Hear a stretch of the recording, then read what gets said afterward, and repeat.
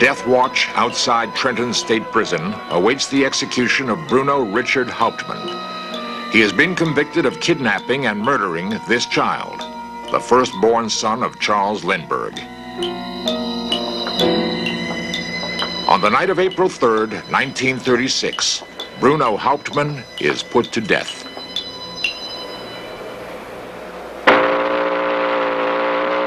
After years of intensive research, a writer named Anthony Scaduto has uncovered startling new evidence that Bruno Hauptmann may not have been guilty of the kidnap or murder of the Lindbergh baby.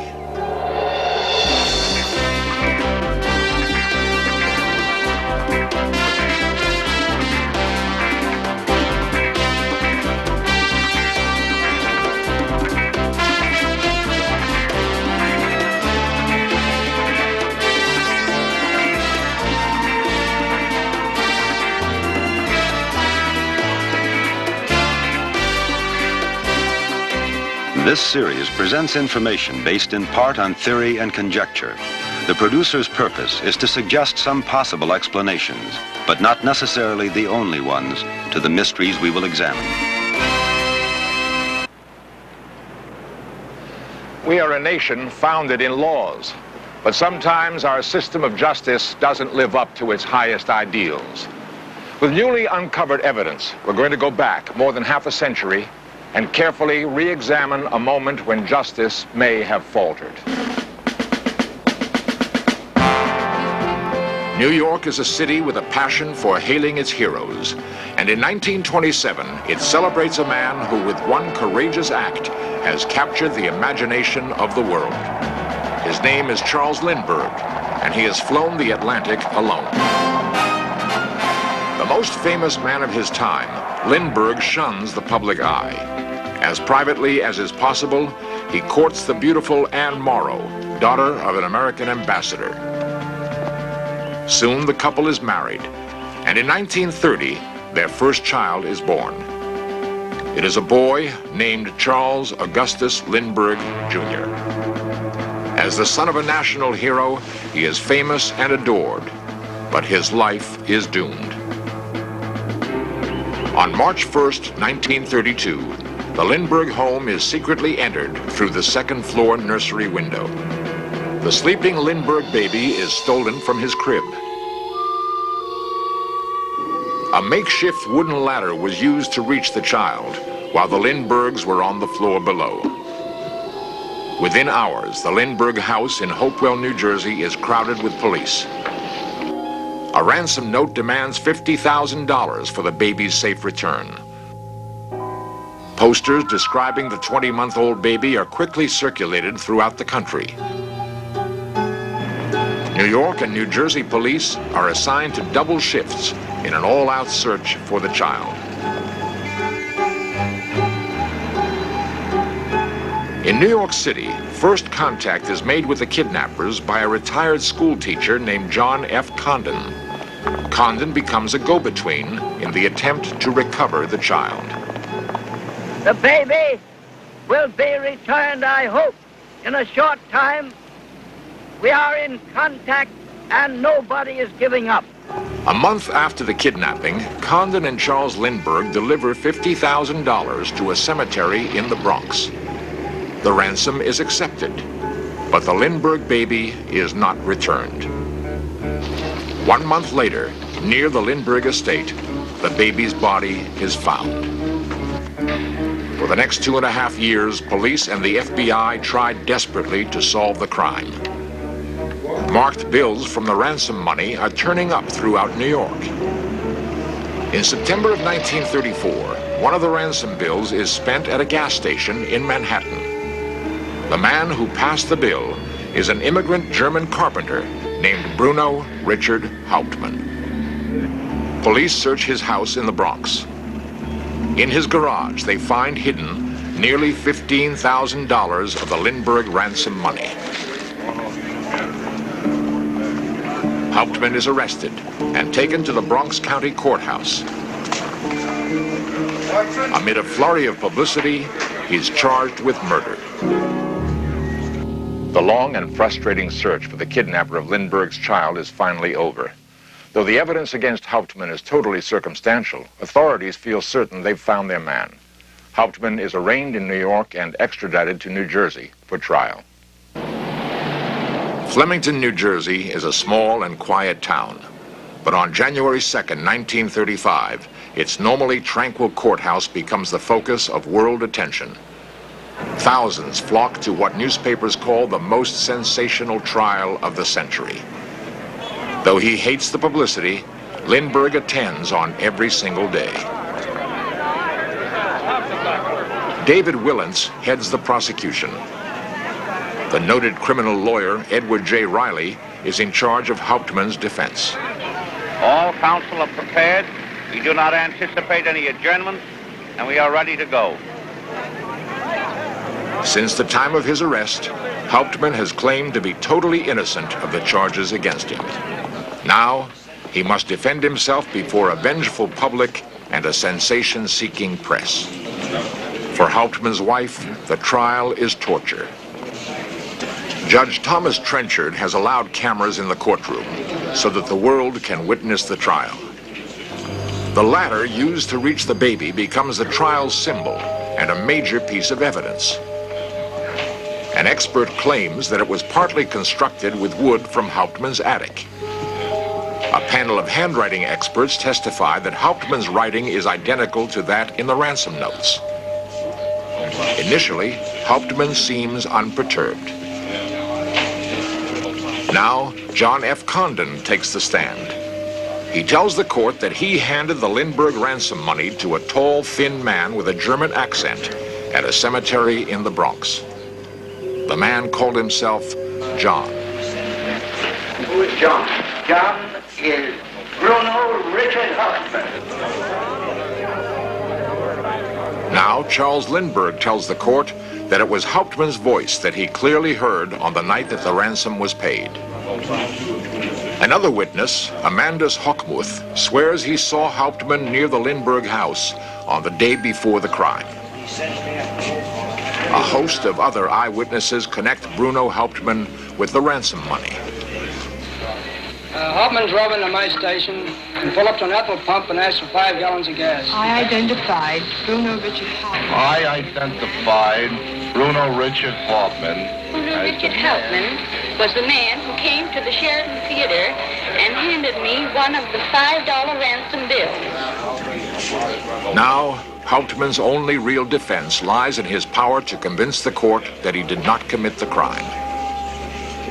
When he finally takes the stand, his denials are not persuasive.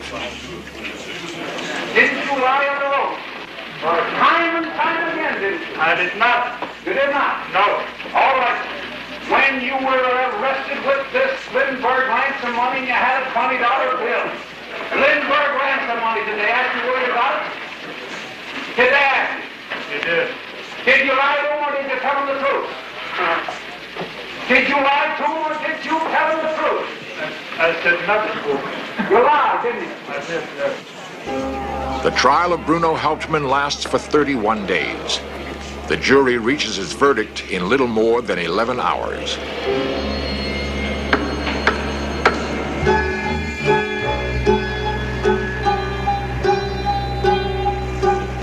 As the news of Hauptmann's conviction is flashed around the world, his wife and his attorney make a final public appearance. Mrs. Hauptmann, you still believe in the innocence of your husband, don't you? I believe, and I know my husband is innocent. He did not kidnap the Lindbergh baby, and he did not murder the Lindbergh baby. I wish to appeal to the people of the United States to help me. I have no money. I haven't even got money for my sick baby. At New Jersey's Trenton State Prison, Hauptmann waits to die.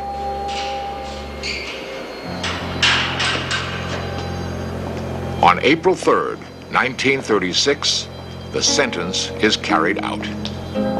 Newsreel cameras at the time recreate Hauptmann's last moments. To the end, he will say he is innocent.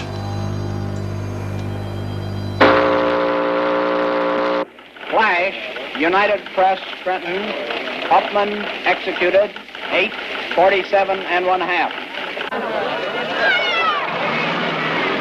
A morbid crowd outside the prison has gathered to watch the hearse leave.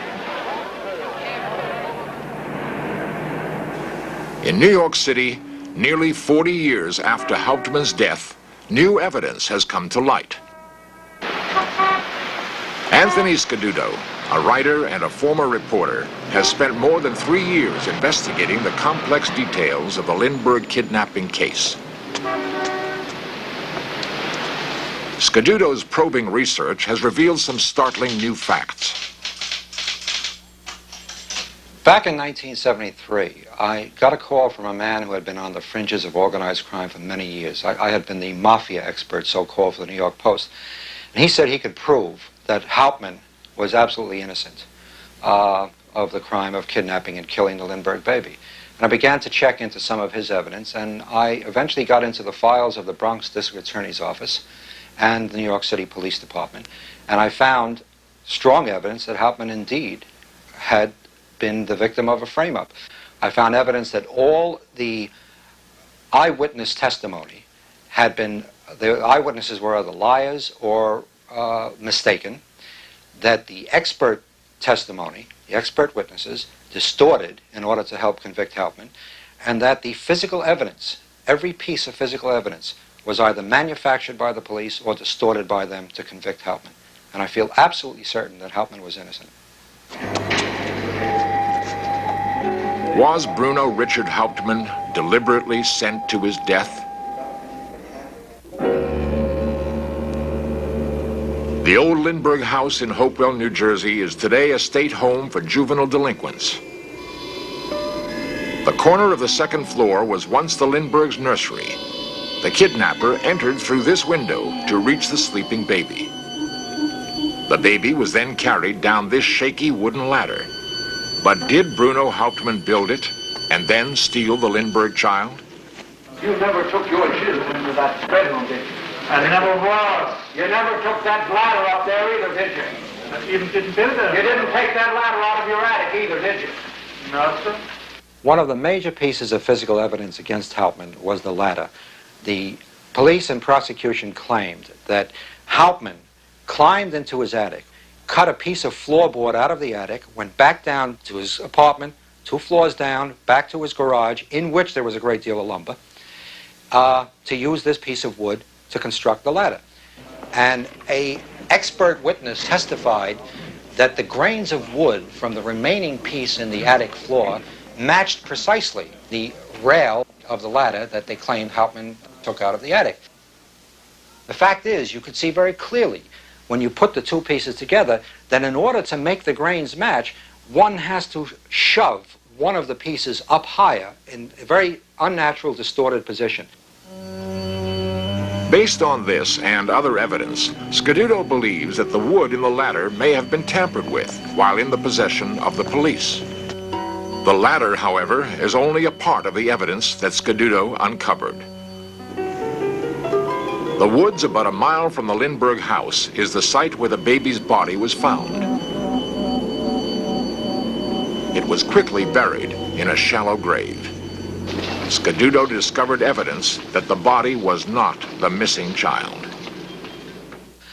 The body that was found was in such a severe state of decomposition that the family doctor, on looking at the corpse, said, if you gave me $1 million, I could not identify this thing.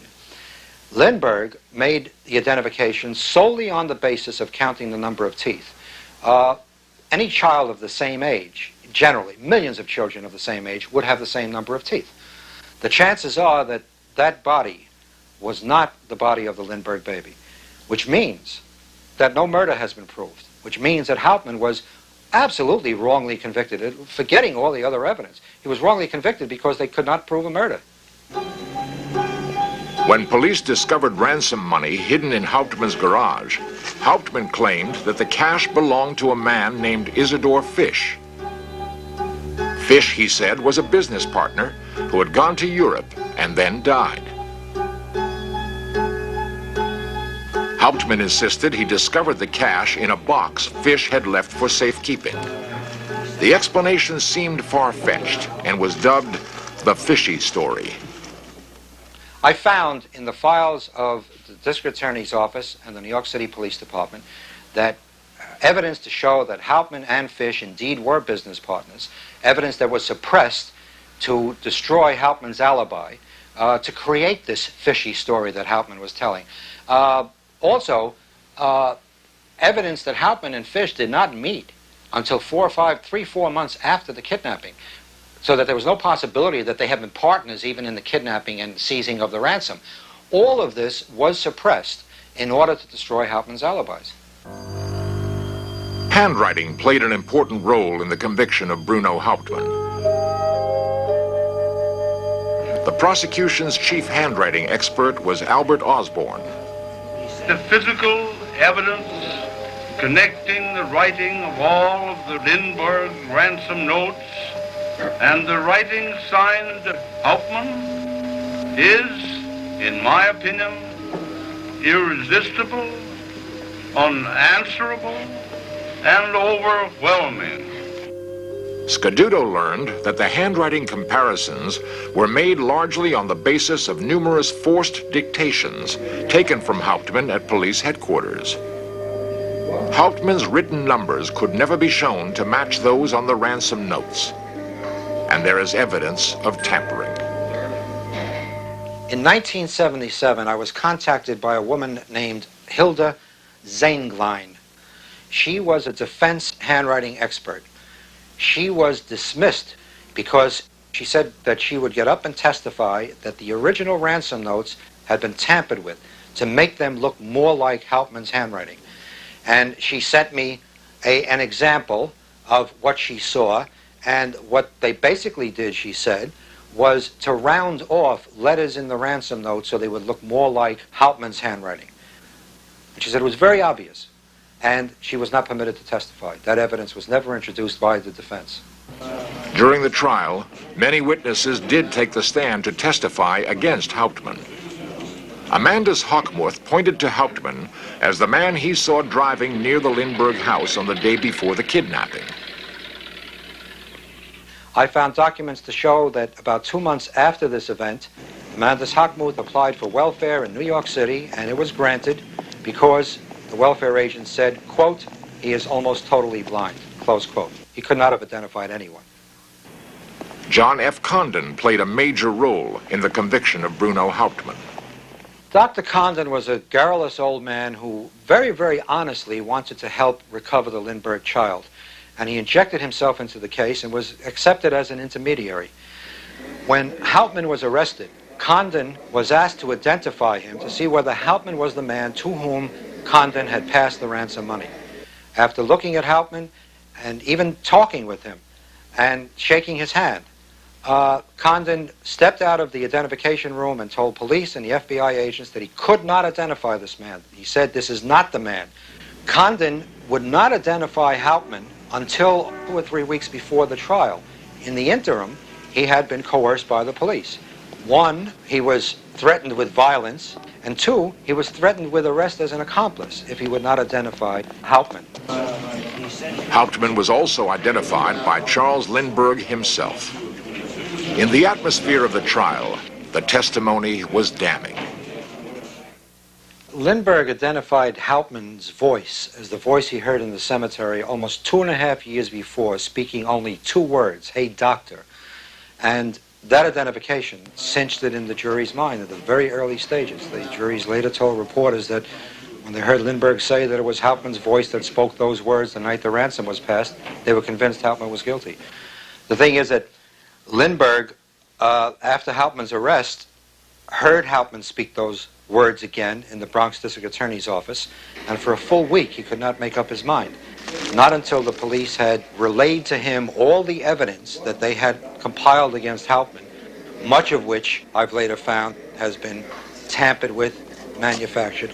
All that evidence was given to Lindbergh as the reason that Hauptmann was indeed the kidnapper. And only after that did Lindbergh say, right, I'll identify his voice. And he did at the trial. Was Bruno Hauptmann really guilty of the kidnap and murder of the Lindbergh child? For Anthony Scaduto, the answer is clear. At best, Hauptmann's role, and I feel this strongly, was that he had no connection in any way with the kidnapping nor with the extortion. That his greatest part in it was to have taken the box full of money from Isidore Fish, not knowing it was money, not discovering it was money until months after he learned Fish had died in Germany. At worst, he could have been the receiver of stolen goods. That is, he could have known that this box actually contained money and that it contained hot money. I think what happened is, once they found Hauptmann in possession of the $15,000 in ransom money, they believed firmly that he was the guilty party. Individually, police officers distorted evidence, even manufactured evidence, and suppressed evidence that would have proved his innocence, because they were so firmly convinced he was guilty. And they sent him to the electric chair.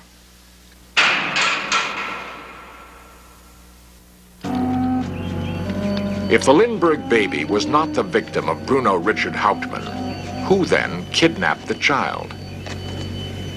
Without any real conclusive evidence, because I have not been able to get into the files of the New Jersey State Police, I feel rather strongly that Isidore Fish had some role in it. Perhaps as the kidnapper, perhaps simply as the extortionist. And it could have been two different plots. But Isidore Fish had been a swindler. He was involved with underworld figures. And he had been seen in the area of the Lindbergh home weeks, days, months perhaps before the kidnapping. Also that Isidore Fish was known to have had business dealings and personal friends in the area of the Lindbergh home in the Sauerland Mountains. In conclusion, I feel strongly that Isidore Fish, if anyone, had a large hand in the kidnapping and or extortion.